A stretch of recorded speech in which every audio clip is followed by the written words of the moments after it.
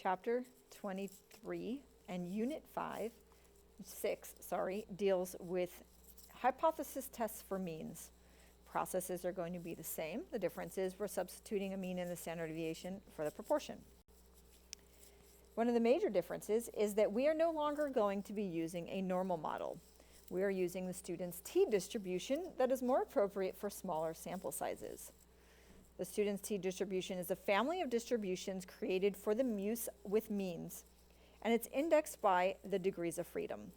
The degrees of freedom is the sample size minus 1. The t-model is bell-shaped and unimodal and symmetric, just like the normal model, but it's narrower. And as the degrees of freedom increase, as we increase our sample size, the t-distribution becomes more like the normal distributions. I would pause and read on page 445 about Gossett and how he actually discovered the student's t-model and why it's not called Gossett's t. So the degrees of freedom is your sample size minus 1. N is the sample size. The critical value, which we use for intervals, is t star with n minus 1 degrees of freedom. We use this table here to find those degrees of freedom. Okay, this table is in your modules under the file called tables, and then it is in the back of your book on page A104. So we're going to start by talking about our t interval, our one sample t interval for a mean. It's the same idea as with the proportion. Your sample plus or minus the critical value times the standard error. But in this case, our sample is the sample mean. Our critical value is the t star, and our standard error is s divided by square root n. Remember chapter 18? We had the two formulas. For proportion, it was square root of pq over n. For the means, it was sigma over square root n. And so now we're adapting our sigma over square root n because we don't generally know the population standard deviation, but we know the standard deviation we got from our sample, and so we use s over square root n. So the margin of error becomes t star n minus 1 s over square root n. Our margin of error. This is going to be our standard deviation, standard error formula. And our interval becomes y bar. That's our sample mean, plus or minus t star with n minus 1 degrees of freedom times the standard error, which is s over square root n. The interval idea isn't different, right? What we plug in is slightly different. Standard error is SE. Now, I showed you a student's t-table. I don't think this link is active, so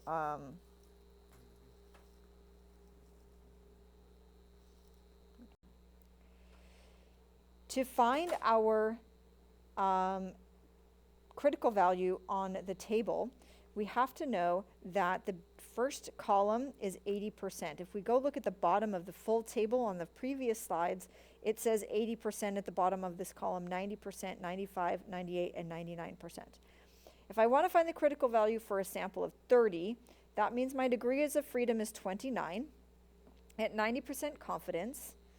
Our value here is in this column here, because when I have a tail probability of 0.05, that means both tails add to 0.1, which would be 90% confidence. And like I said, at the bottom of the table, it does tell us this. And we're going to go down to 29 degrees of freedom, and that's 1.699 is our critical value. So then we have a one sample t-test for the mean. Same procedures as the z-test. We start by writing our hypotheses, and our null hypothesis is that the mean is equal to some stated value. The average is 10 ounces of coffee. Okay. Our alternative is either greater than, less than, or not equal to, depending on the question, just like the test last chapter. Some of our conditions are the same. Randomization the sample must be randomly taken, must be a randomized experiment, and if neither of those are true, we can say, is it representative of the population? Is it a sample size less than 10% of the population? And our last condition is the one that changes. No longer can we check NP and NQ because we don't have a PQ. So we need to check to see if our data is nearly normal. So we draw a histogram or a normal probability plot.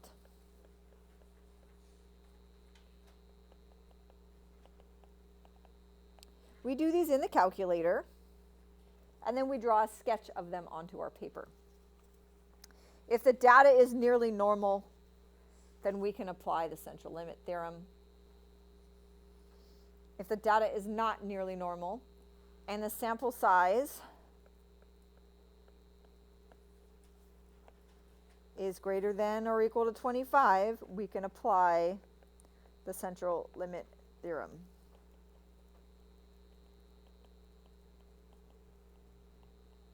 And we say nearly normal because we don't expect perfection. So there's the first real difference in our procedure for a hypothesis test, is that one of our conditions is different.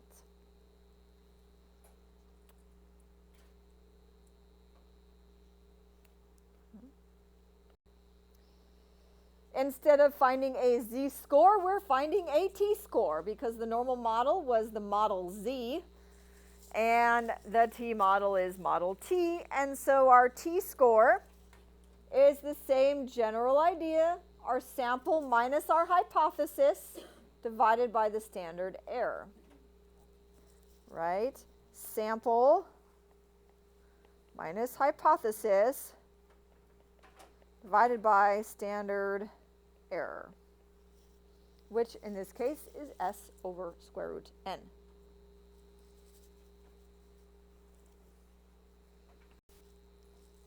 For our first example, we may have to get the data, the statistics from the data from our calculator. So we need to get out our calculators, and we need to put each of these 20 values into a list, one list with all of these numbers in it. So here's the situation. A coffee vending machine dispenses coffee into a paper cup. You are supposed to get 10 ounces of coffee, but the amount varies slightly from cup to cup. Here are the amounts measured in a random sample of 20 cups. Is there evidence that the machine is shortchanging customers? Are we getting less coffee than the machine says? So our first step, just like with the proportions, is to write our hypotheses.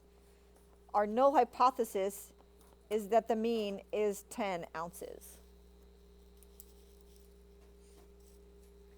They say you're supposed to get 10 ounces.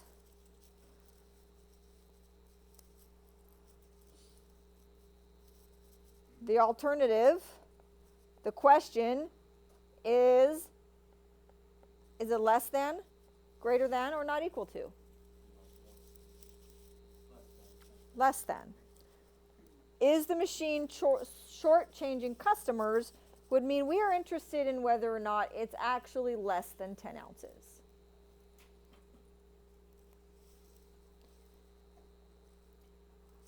And then we'll set an alpha level of 0.05. Alpha level stays the same. Type 1 and type 2 error is not different. Our conclusion, very similar. We're just talking about the true mean now. Our conditions.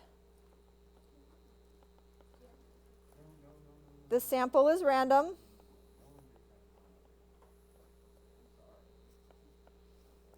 $20 is less than 10% of all cups of coffee.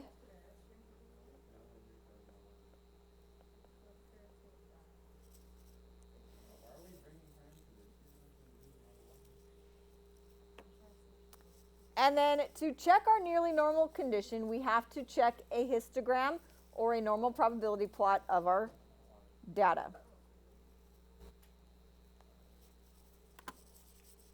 So in our calculator, do you remember where we find histograms? Not graph, but it's up there. Stat plot. We find our graphs in stat plot. So second stat plot, well, you got to turn it on. Second stat plot. I've got all three of my graphs turned on. Apparently I was looking at 3 at a time, so I'm going to turn all my plots off. And then I'm going to go back into it. I'm going to turn plot 1 on. And then I'm going to look at a histogram of list 1. Now remember that this is our scatter plot, our line graph, our histogram, box plot with outliers, box plot without outliers, and the last one is the normal probability plot, and we're going to talk about that in a minute. The box plot is not always a great way of determining whether or not the data is normal, so we don't generally choose a box plot. Sometimes it might be given to you. And then what do I do to get my graph from here? Zoom 9, right. I don't just hit graph.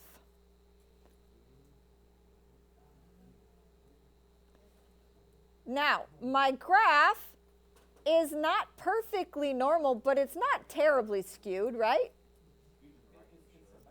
It's slightly.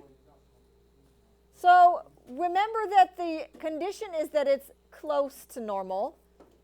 This is actually pretty symmetrical, and we can use that. Okay. Now, I can always go to my window and change my scale to 0.1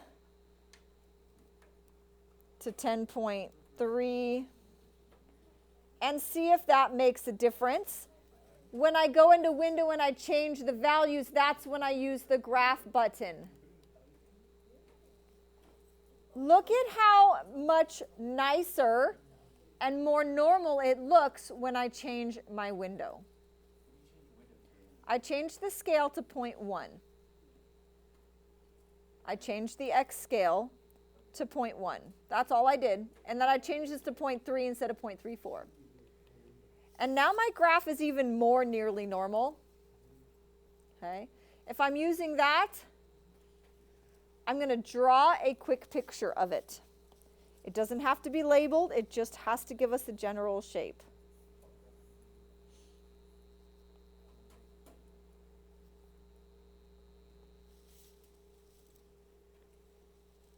So we have to draw it.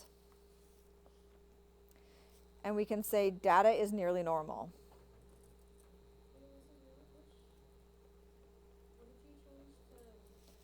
I changed the X scale to 0.1 and the X max to 10.3.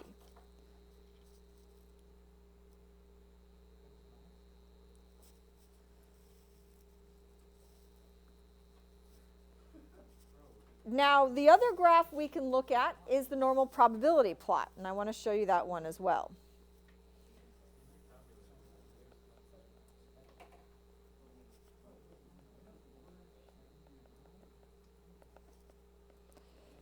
I like the normal probability plot over the histogram because I don't have to play with the window to see if it is effective. If the normal probability plot is straight enough, then a normal model is appropriate. Then I can say the data is nearly normal. So let me show you that as well. Okay. So we're going to go. Why is that little play button in the middle there? Back to my stat plot.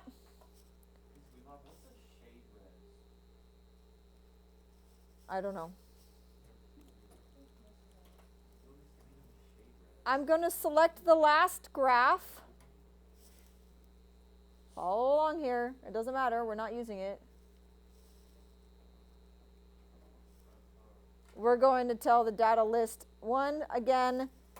You can tell it what mark you want, what color you want it, and then you're going to zoom 9. This is a normal probability plot.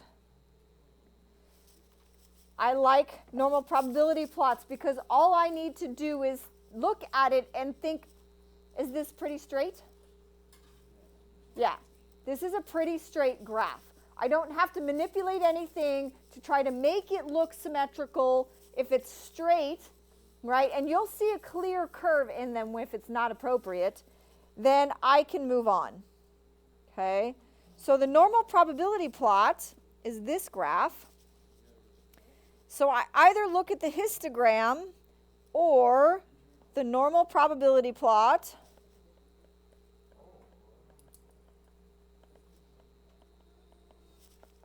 Is straight enough so the data is nearly normal.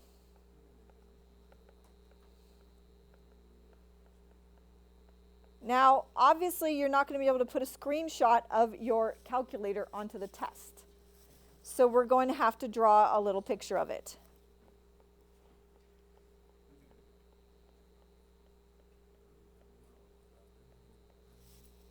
Doesn't have to be super accurate, just us to have the general idea of what you see in that graph when we draw it. But you must have the drawing. And since conditions are met,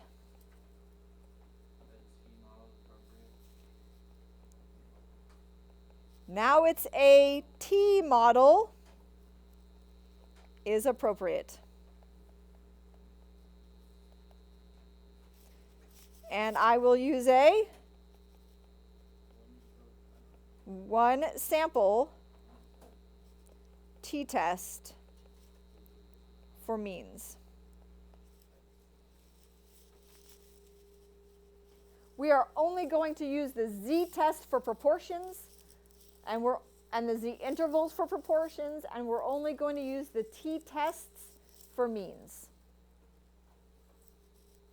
If it's means and standard deviation, if it's giving you data and you have to find the mean, then you're going to be using a t-model. If you're given proportions, you're using a z-model. Now, I need to know what my sample mean is, right? Caleb?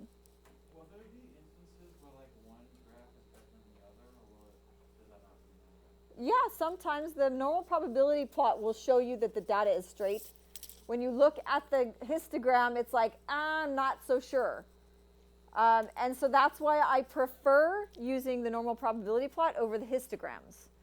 I think it's more cut and dry. Okay. Now, I need to find my data. I need to know what my sample mean and standard deviation are. So, how do I find that in the calculator? I go to Stat, Calc, 1var Stats, List 1. I have no frequency list, so leave that blank. And then hit Calculate. And I did not record that. We went Stat, Calc, 1var Stats. Your list is list 1. Your frequency list should be empty. And then you hit Calculate. Yes, we have. Everything we did first semester was to give us the skills we needed so we could do all of the stuff we need for these hypothesis tests. Create histograms, look at box plots, read box plots, find the mean and standard deviation. All of that had the ultimate goal of getting to this point. Okay? Now I need to write down my mean, x bar, and my SX. This is a sample of 20 cups. It's not every cup that this machine has ever made. So this is a sample statistic, not a parameter. Therefore, I use S, not sigma. Okay? So we use x bar equals 9.845 and S equals 0.1986. Okay, these are our statistics. Our sample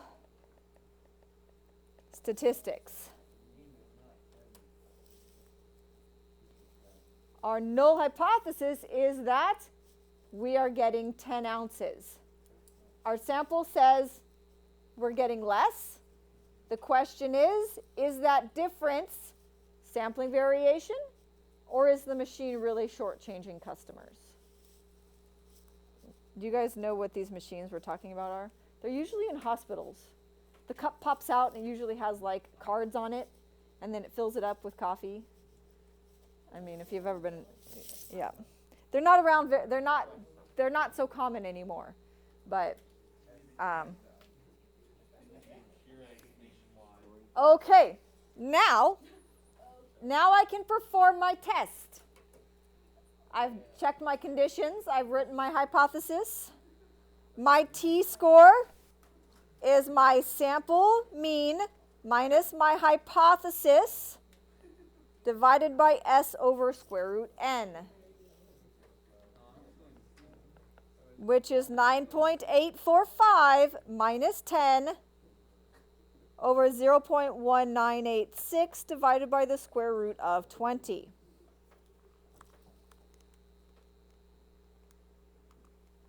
One 986 divided by the square root of 20. So this is negative 0.155 divided by 0.0444.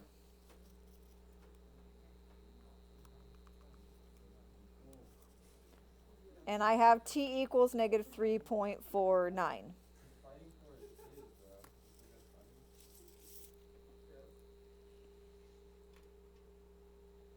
So my t-score is negative 3.49. Now, how do I find my p-value? But am I using the normal model? No. I need to use t-CDF. I'm not using the normal model. This is not a z-test. I can't use normal CDF. So I have to use t-CDF for my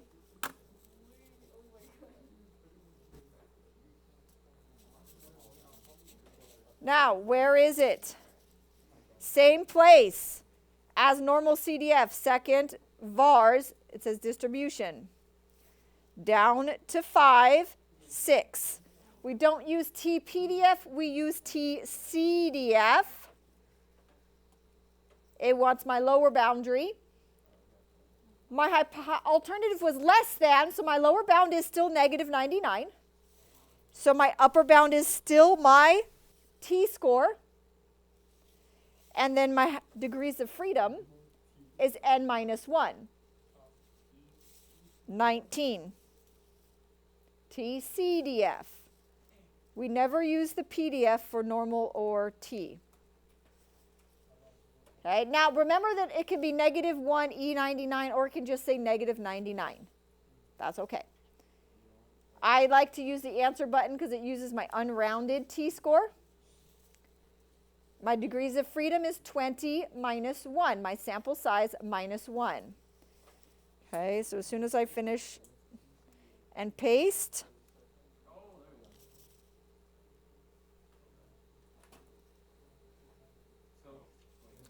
so my tCDF command, what I'm going to write is negative 99, comma negative 3.49, comma 19. My degrees of freedom is 20 minus 1, 19. So our lower is negative 99, our upper is negative 3.49. Correct. Correct. Why is our TF 19? Because degrees of freedom is our sample size minus 1. Our sample size was 20. So 20 minus 1 is 19. Isidro. Will we use the same statements as last unit? Very, very similar. The only difference is instead of saying the true proportion, right, we're talking about the true mean. Okay? We're just talking about a mean instead of a proportion. Okay? So we don't have to rememorize our p-value statements and our conclusions. Okay? So Our p-value is 0.00122. Since my p-value of 0.00122 is less than my alpha of 0.05, I reject the null hypothesis. There is enough evidence. Wait, there's enough evidence to convince me that the machine is shortchanging customers? So there's enough evidence to convince me the machine is not dispensing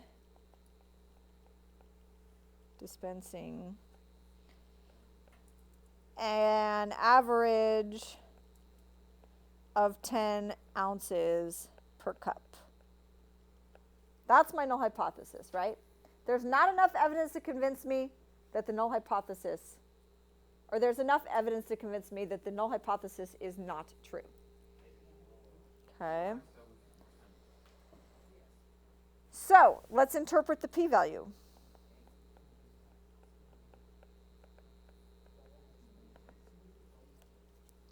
If the true mean amount of coffee dispensed is 10 ounces, if the null hypothesis were true, there is a 0.00122 chance of obtaining a sample mean as or more extreme than 9.845 ounces.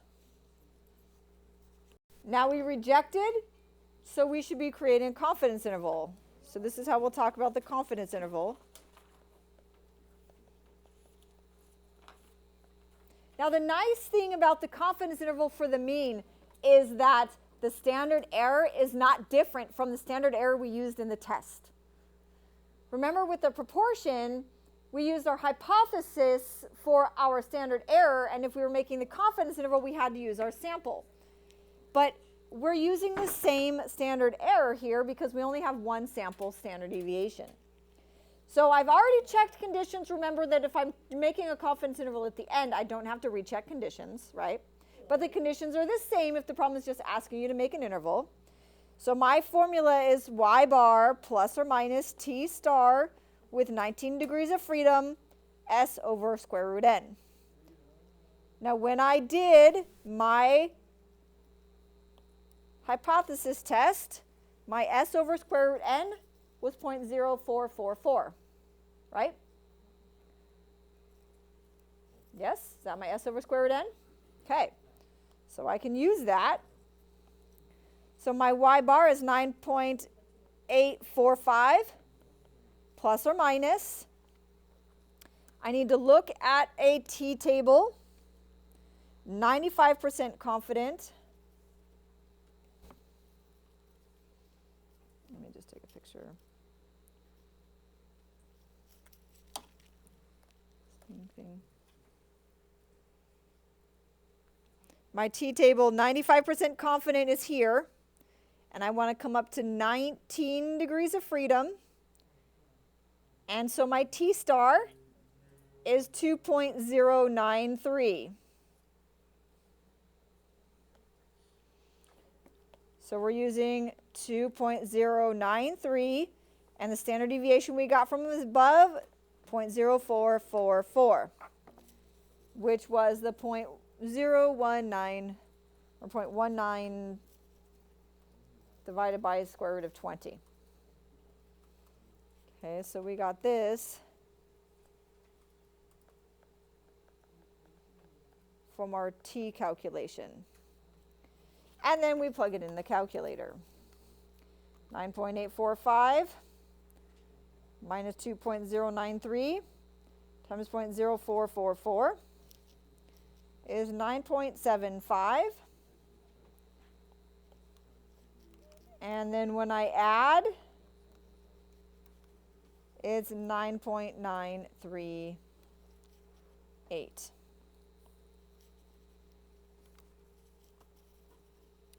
So I am 95% confident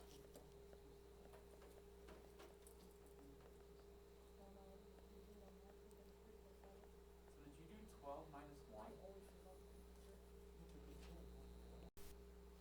So I am 95% confident the true mean amount of coffee dispensed, that's our context,